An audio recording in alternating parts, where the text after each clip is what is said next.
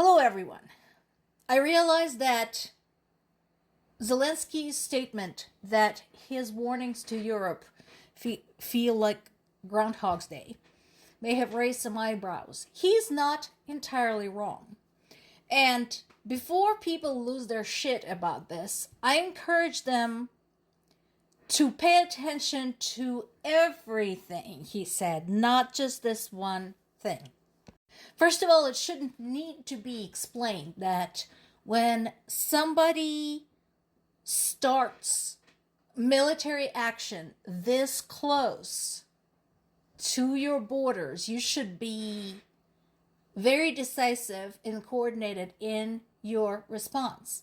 Meanwhile, as it has been said already, Russia's invasion of Ukraine so far had lasted 4 years and longer than Soviet involvement in World War II, if you go by the day count. And while Zelensky had acknowledged that there's some European partners that have remained consistent and steadfast in their support of Ukraine, the emphasis is on the word some. Because otherwise, support for Ukraine remained slow, fragmented, and in some cases, inadequate. Now, this is where I disagree with Zelensky.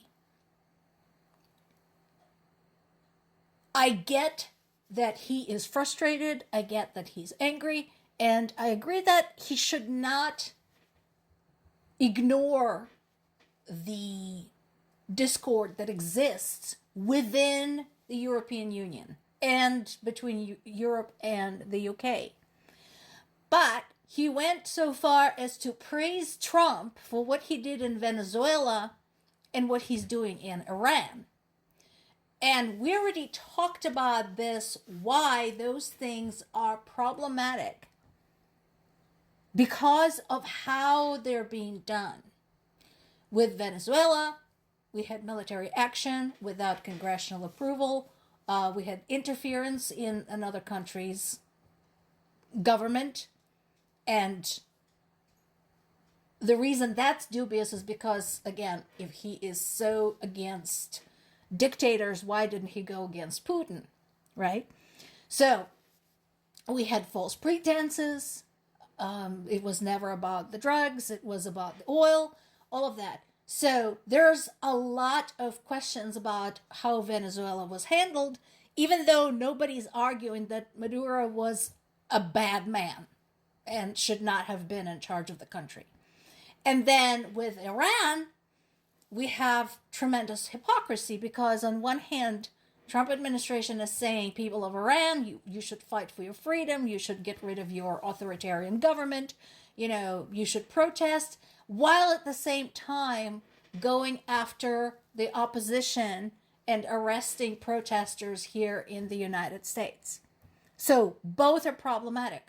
Plus, Zelensky praised Trump's efforts, if you can call them that, to secure a peace deal. And that is problematic because we know that Trump doesn't care about peace. He cares about Russian oil and Ukrainian rare minerals. And he wants that credit. He wants the credit of having ended that war, considering he lies about ending 8 other wars that were not even in the picture. So that is where I think Zelensky went wrong. I don't think he should have said that because that could alienate European partners. I also don't like it that he met behind closed doors with Trump. That's just one of those things. That is something that Putin would do. And again, we already know that Trump changes his mind on an hourly basis and half the time doesn't remember what he said just a few hours before, let alone a few days before. So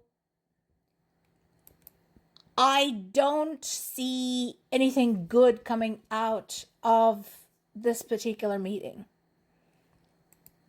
Yeah, they're going to say it was productive, they're going to say it was important, and so on and so forth. I get it. But like so many Ukrainians, both in Ukraine and living abroad, I have no faith in this administration being a true and positive ally to Ukraine. Now, this summary of Zelensky's speech and other points about the war in Ukraine is on the Associated Press website. So I suggest you read the whole thing because there's several recap points that are useful to remember. Talking about, when the war started and what has been done by Russia so far, and why, despite causing plenty of pain to Russia, and there is no denying that Ukraine is causing Russia a lot of pain, Ukraine continues to struggle in many ways. Now, this is where I feel very skeptical again about the direction the Trump administration takes because of this. So once again, Kushner and Witkoff went off to meet with Putin in Moscow. They still have not been in Ukraine, not once. Not one single time. So again, that is just such bad form. Attempting to resolve this conflict that involves two countries, not one, and constantly going to visit one but not the other. I hope I don't have to explain why that is a problem and shows a bias. There is also a recap in Reuters talking once again about the energy crisis that is currently taking place in Ukraine, and again reiterating what I've been talking about this entire time, talking about the brutal temperatures, insane amount of snow, all of that, and no end in sight. And again, this probably more than anything is what is causing the frustration for Zelensky and for his administration and for people of Ukraine.